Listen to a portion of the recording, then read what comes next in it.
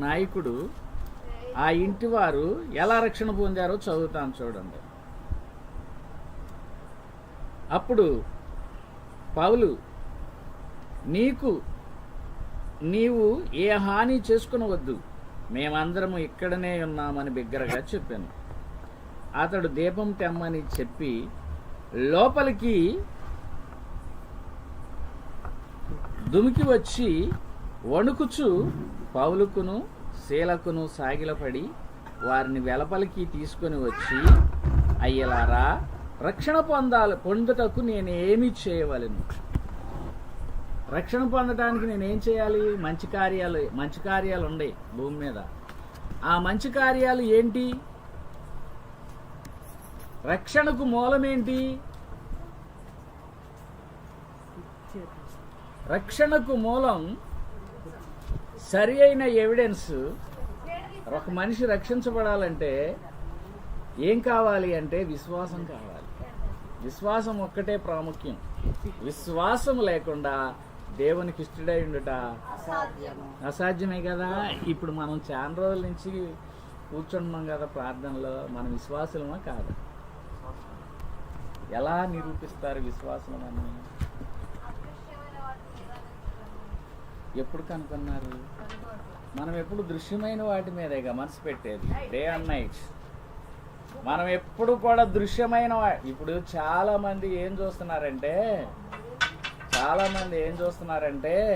ఏదైనా దేవుని కార్యం జరగాలని చూస్తున్నారు. మా ఇంట్లో దేవుని కార్యం జరగాలి, మేము చదువుకోకపోయినా మాకు ఏదో ఒక ఉద్యోగమో వ్యాపారమో ఏదో వాడు కలిసి రావాలి, మా దగ్గర సమృద్ధిగా సమస్తం ఉండాలి, అప్పుడు దేవుడు మమ్మల్ని ఆశీర్వదించినట్టు. శ్రమల్లో, బాధల్లో, ఇబ్బందుల్లో, వ్యాధుల్లో, విపత్తుల్లో, సిక్కుల్లో, అనేక వాటిల్లో చిక్కుకుంటున్నాం కదా. మరి చిక్కుకున్నప్పుడు వాళ్ళు విశ్వాసం లేనివాళ్ళనా? వాళ్ళు విశ్వాసంలో స్థిరులైపోయారు. ఆ స్థిరత్వాన్ని పడగొట్టడానికి అస్థిరత్వాన్ని తీసుకుని వచ్చి వాళ్ళ మీద పెత్తందారీ విధానం చేయాలని చూసినప్పుడు వాళ్ళకి శ్రమలు విస్తరించాయే కానీ వాళ్ళు పాపం చేసిన వాళ్ళు కాదు, అపరిశుద్ధులు కాదు, అపవిత్రులు కాదు, వాళ్ళు పరిశుద్ధులు. ఎంత తేలిగ్గా ఇక్కడ మాట్లాడుతున్నారు అనేది, రక్షణ అనేది ఎంత ఉచితంగా ఎంత ఈజీగా వస్తుంది అనేది మనం అబ్జర్వేషన్ చేస్తే, ఇక్కడ ఈ అపోస్తుల కార్యం 16వ అధ్యాయంలో 30వ వచనం, వారిని వెలపలికి తీసుకుని వచ్చి, అయ్యలారా, రక్షణ పొందుటకు నేను ఏమి చేయవలెను? అందుకు వారు, ప్రభువైన యేసునందు విశ్వాసం ఉంచుము, అప్పుడు నీవును నీ ఇంటివారు రక్షణ పొందుదురని చెప్పి అతనికిని అతని ఇంటి వారందరికీ. అప్పుడు టైం ఎంత? ఇంచుమించు రాత్రి.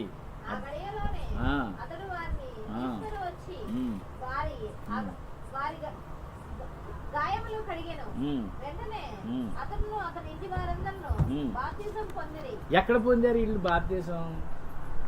మీరు బాగా ఆలోచించండి. బాప్తీసం అంటే నీటిలో బుడింగిన మునగటం కాబట్టి అంటున్నారు. ఇవాళ బాప్తీసం ఇస్తే ప్రభుత్వాలే చంపేస్తాయి. ఇచ్చిన వాడిని చంపుతాయి, తీసుకున్న వాళ్ళని చంపేస్తాయి. దేవుడు వాళ్ళ చేతుల్లో సావమని బాప్తీసాలు తీసుకోమని చెప్పాడు మనకి. ఇక్కడ పౌలు గారు రోమా పౌరసత్వం కలిగిన వాడు. పొద్దున బాగా చెప్పారు రోమిల గురించి. రోమా పౌరసత్వం ఉన్నవాడు ఏది చేసినా తప్పులేదు. వాడు ఏదైనా చేయొచ్చు. వాళ్ళకి ఆ పౌరసత్వానికి ఉన్న విలువ. ప్రభుత్వ అధికారుల్లో ఉన్న వాళ్ళు ఎంత దోసుకున్నా, ఎంత దాచుకున్నా అధికారం వాళ్ళని కాపాడుతూనే ఉంటుంది, కానీ శిక్ష వేయదు. అది గమనించాలి మనం. ఇక్కడ గమనించాల్సిన అత్యధికమైన ప్రాముఖ్యమైన అంశం ఏంటంటే, ఆత్మ సంబంధమైన బాప్తిజం పొందారు వీళ్ళు. ఆ రాత్రి గడియలోనే వాళ్ళకు వాక్యం బోధించబడింది. ఆ రాత్రి గడియలోనే మనకి బైబిల్లో పేతురు ప్రసంగాలు మనం చూస్తే మేడగదిలో పెంతెకొస్తు దినం నాడు, తర్వాత పెంతెకొస్తు దినం నాడు 5,000 మంది, తర్వాత 4,000 మంది, ఆ తర్వాత కొన్నేళ్ళ ఇంట్లో అక్కడ కూడా పేతురు బోధే. కొన్నేళ్ళ ఇంట్లో లెక్కలేనంతమంది బాప్తీసం పొందారు. దేని ద్వారా పొందారు చెప్పండి మీరు? నీటి బాప్తీసమేనంటారా? ఇవాళ మనకి కావాల్సింది క్రొత్త నిబంధన రూల్ ఏంటంటే పరిశుద్ధాత్మతో బాప్తీసం పొందాలి. పరిశుద్ధాత్మ లేనివాడు ఆయన వాడు కాడు. వాక్యం ఖచ్చితంగా చెప్తుంది. నువ్వు ఆయన వాడిగా ఉండాలంటే నువ్వు పరిశుద్ధాత్మను కంపల్సరీ పొందాలి. పొందే విధానం ఏంటంటే అయ్యలారా రక్షణ పొందాలంటే నేనేం చేయాలి? ఏం చేయాలి? యేసుక్రీస్తునందు విశ్వాసం ఉంచితే చాలు. ఆ విశ్వాసం గురించి అక్కడ బోధించబడింది. ఆ ఇంటి వాళ్ళందరూ కూడా విన్నారు. అప్పుడే వాళ్ళు బాప్తీసం పొందేశారు. నీళ్ళల్లో కాదు, నీటి బాప్తీసం కాదు, ఇక్కడ పొందింది వాళ్ళు పరిశుద్ధాత్మ బాప్తీసం. ఇక ఆ తర్వాత ఆ బాప్తీసం ఇచ్చిన వాడికి వాళ్ళకి కనపడవసరం లేదు. ఇంకా వాళ్ళని వెంబడించాల్సిన అవసరం లేదు. వీళ్ళు నా గొర్రెలు, నేను కట్టిపడేశాను, వీళ్ళు నాకు సందాలు ఇవ్వాలి, వీళ్ళ దగ్గర నేను పోగేసుకుంటాను, వీళ్ళ ద్వారా నేను బ్రతుకుతానంటే దేవుడు ఒప్పుకోడు. ప్రవక్తలు శ్రమల అనుభవాలంటే ఏ మనిషి మీద ఆధారపడదు.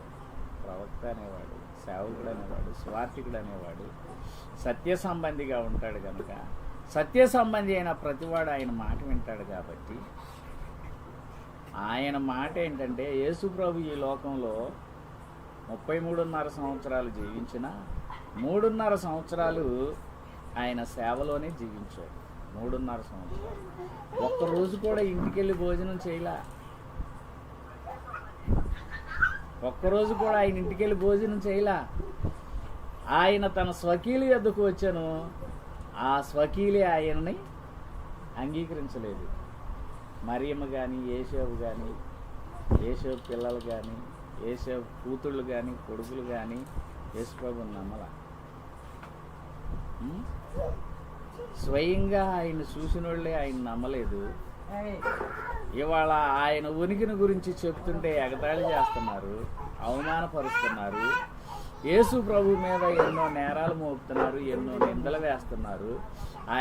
ఆయన శిలువకు శత్రువులుగా, విరోధులుగా భూమి మీద 99% జనం ఉన్నారు. మీరు అనుకుంటారు క్రైస్తవులు చాలామంది ఉన్నారు, క్రైస్తవ కంట్రీ చాలా ఉన్నాయి అని మీరు అనుకోవటం అది అపోహ మాత్రమే. యేసు ప్రభు వారు పిలువబడిన వారు అనేకులు, ఏర్పరచుకున్నవారు కొందరే అన్నాడు. కొద్దిమంది అంటే ఎంతమంది అంటే ఆయన ఏమన్నాడంటే సంసారీ పిల్లల కంటే సాని పిల్లలు అధికం అన్నాడు. యేసు ప్రభు మాటలు ఇవన్నీ. సంసారీ పిల్లల కంటే సాని పిల్లలు అధికం అన్నారు.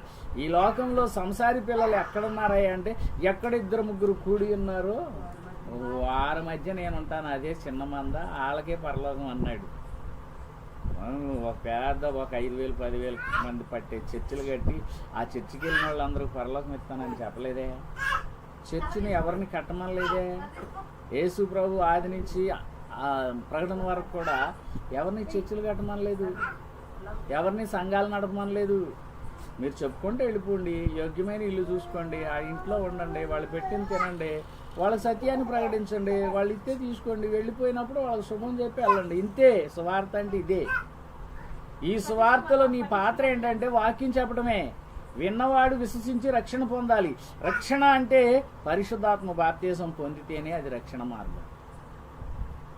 ఇంత గొప్ప రక్షణ నిర్లక్ష్యం చేస్తే ఎలా తప్పించుకుంటారు? క్రైస్తవులు అని చెప్పుకుంటున్నారు, ప్రయోజనం ఏముంది? క్రైస్తవులా క్యారెక్టర్లు అంచేవాళ్ళు క్రైస్తవులు ఎలా అవుతారు?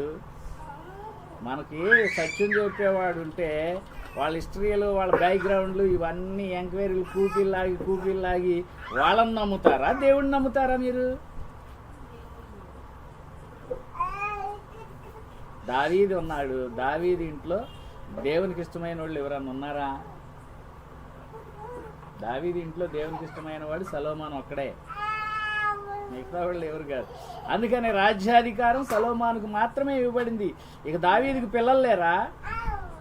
దావీదుకి భార్యలు లేరా? ఎంతమంది భార్యలు ఉన్నారు? సలోమానికి 1000 మంది, సలోమానికి 700 మంది రాజకుమార్తెలు, 300 మంది ఉపపత్నులు. ఉపపత్ని అంటే ఉంచుకున్నదాన్ని అంటారు, ఉపపత్ని అని. సలోమాను నీతిమంతుడా గాలుడా? సలోమాన్ క్యారెక్టరు మంచిదా చెడ్డదా? మరి అంతమంది భార్యలు ఎందుకు? దేవుని సంకల్పం ఎలా ఉన్నదో అలా చేశారు. దావీదు నా చిత్తానుసారుడు, నా ఇష్టమంతా నెరవేర్చిన వాడని అపోస్తుల కార్యంలో దేవుడు దావీదుని గురించి సాక్ష్యం ఇచ్చాడు. అయినా దావీదు పరలోకానికి ఎక్కిపోలేదు అంటున్నాడు. నా ఇష్టానుసారుడు, నా ఇష్టమంతా నెరవేర్చాడు, అయినా దావీదు పరలోకానికి ఎందుకు ఎక్కిపోలా? దావీదు ధర్మశాస్త్ర కాలంలో ఉన్న వాళ్ళకి ఎవరికి పరలోకం లేదు. ఇప్పుడు ధర్మశాస్త్రాన్ని బోధించే వాళ్ళకి కూడా పరలోకం లేదు. ఇప్పుడు ధర్మశాస్త్రంలో ఆజ్ఞలు ఆచారాలు అనుసరించే వాళ్ళకి కూడా పరలోకం రాదు, ఎట్టి పరిస్థితిలో రాదు. అందుకని ధర్మశాస్త్రం అనేది శరీర సంబంధం, విశ్వాసం అనేది ఆత్మ సంబంధం. ప్రకృతి సంబంధమైంది శరీర సంబంధం అయితే, పరలోక సంబంధమైంది ఆత్మ సంబంధం. దేవుడు పరలోక సంబంధిగా పుట్టాడు, ప్రకృతి సంబంధిగా పుట్ల. మనం అందరం ప్రకృతి సంబంధంగా పుట్టాం. కానీ ఇప్పుడు పరలోక సంబంధులుగా మనం జీవించాలి అంటే పైనుంచి పంపడిన పరిశుద్ధాత్మ మనం టెస్టెడ్ ఓకే అని ముద్ర వేసి, ఆ ముద్ర ద్వారా మనం విశ్వాస సంబంధులుగా ముద్ర వేస్తే మనం రక్షించబడతాం. రక్షించబడాలంటే నువ్వు నీటిలో బుడింగిని మునిగితే రక్షణ రాదు. 3 సార్లు వెనక పడేసో, ముందుకు పడేసో, డ్రమ్ములోనో, బావిలోనో, కాలువలోనో, చెరువులోనో, మురికి నీళ్ళల్లోనో, ఏదో ఒక నీళ్ళల్లో మునిగొచ్చి అయ్యా నేను రక్షించబడ్డానయ్యా అని ఎవరికి అబద్ధం చెబుతున్నావు? నమ్మే వాళ్ళందరికీ అయ్యే చెప్తున్నారు, నమ్మేవాళ్ళు అయ్యే నమ్ముతున్నారు. ఇవాళ సత్యం చెప్పేపాటికి సత్య సంబంధి మనుషులందరికీ విరోధి అయిపోతున్నాడు. అంటే సత్య సంబంధి సత్యవాక్యం చెప్పేవాడు బ్యాక్గ్రౌండ్ ఏంటి, వాళ్ళ ఇంట్లో ఏంటి, వాళ్ళ పిల్లలు ఏంటి, వాళ్ళ ఆవిడేంటి, ఆయన ఏంటి, ఇవన్నీ అవసరమా? నీకు కావాల్సింది వాక్యమా, వాళ్ళ కుటుంబమా? వాక్యం కావాల్సినోడు ఎప్పుడు వాక్యం కోసం ఆశపడతాడు. బ్యాక్గ్రౌండ్లు ఎతికే వాళ్ళు తప్పుడు వాళ్ళు ఎతుకుతారు, కానీ మంచివాళ్ళు ఎత్తరు. నేను ఈ ప్రవక్తల గ్రంథాల్లో నేను మొత్తం పరిశీలన చేసి చెప్తున్నాను. అందరు క్యారెక్టర్లెస్ వాళ్ళు, క్యారెక్టర్ గల్ల వాళ్ళు ఎవరు లేరు. దేవుడు ఎవరి కోసం వచ్చాడు? క్యారెక్టర్ గల్ల వాళ్ళ కోసం వచ్చాడా? 99 మంది నీతిమంతులు నాకు వద్దంటున్నాడు, ఒక్క పాపే నాకు కావాలన్నాడు. పాపులను రక్షించడానికి యేసుక్రీస్తు లోకానికి వచ్చాడంటే నువ్వు ఎప్పుడో చిన్నప్పుడు జరిగిపోయినవి అన్నీ ఎత్తుక్కొచ్చి ఈయనలో లోపం ఉంది, ఆయనలో లోపం ఉంది, వాళ్ళ కుటుంబంలో లోపం, వాళ్ళ పిల్లల్లో లోపాలు ఉన్నాయి, ఇక రేయింబోగులు ఇయే జపం చేసుకుంటూ వస్తే నీకు మారు మనసు ఎప్పుడు వస్తుంది? రక్షణానుభవంలోకి ఎప్పుడు వెళ్తావు? నీతి మార్గాన్ని ఎప్పుడు కనుక్కుంటావు? నీతికి రాజ్యానికి ఎప్పుడు అర్హుడు అవుతావు? పరిశుద్ధాత్మ చేత ఎప్పుడు టెస్ట్ చేయబడతావు? ఆయన ఎప్పుడు ఓకే అని నీకు ముద్ర వేస్తాడో అప్పుడు నువ్వు పరలోక సత్వాన్ని అప్పుడు పొందుకోవాలి. కాబట్టి దానికోసం నువ్వు ఎప్పుడు ప్రయాసపడతావు? ప్రార్థన అంటే చెప్పేవాడు ముందు కూర్చొని వినటం కాదు, లేకపోతే టీవీల ముందు కూర్చొని వినటం కాదు, లేకపోతే సువార్త సభల్లో కూర్చొని వినటం కాదు. విశ్వాసం వింటే విశ్వాసం రావాలి. విశ్వాసం అంటే ఏంటి? దృశ్యమైన వాటిని మేము చూడం, దృశ్యమైన వాటిని చూడం అంటే శరీర సంబంధమైన వాటిని మేము పరిశీలన చెయ్యం. ఆత్మ సంబంధం, అదృశ్య స్వభావం. నేను చెప్తున్నాను, యేసుక్రీస్తు ఈ లోక సంబంధి కాదు, ఆయన పరలోక సంబంధి. పరలోకం నుంచి వచ్చాడు, ప్రత్యేకంగా వచ్చాడు. ఇప్పుడు ఆయనకు కావాల్సింది లోక సంబంధులు కాదు. లోక సంబంధులను ఏమన్నాడు యాకోబు 4:4లో? వ్యభిచారులారా, ఈ లోక స్నేహము దేవునితో వైరమని మీరు ఎరగరా? ఎవడు ఈ లోకమును స్నేహించగోరునో వాడు దేవునికి శత్రువగును. వీళ్ళు దేవునికి శత్రువు అవడానికి, వీళ్ళని వ్యభిచారులను ముద్ర వేయడానికి వీళ్ళు చేసిన తప్పేంటి? లోక సంబంధమైన మూలపాఠాల్లో నుంచి బయటికి రావట్లా. ధర్మశాస్త్రంలో ఉన్న ఆజ్ఞల ఆచారాలు వదిలి బయటకు రాలేకపోతున్నారు కనుక వీళ్ళకి అతి ప్రాముఖ్యమైన భయంకరమైన ముద్ర వేశాడు, వ్యభిచారులారా కదా. ఎవరు వ్యభిచారులు?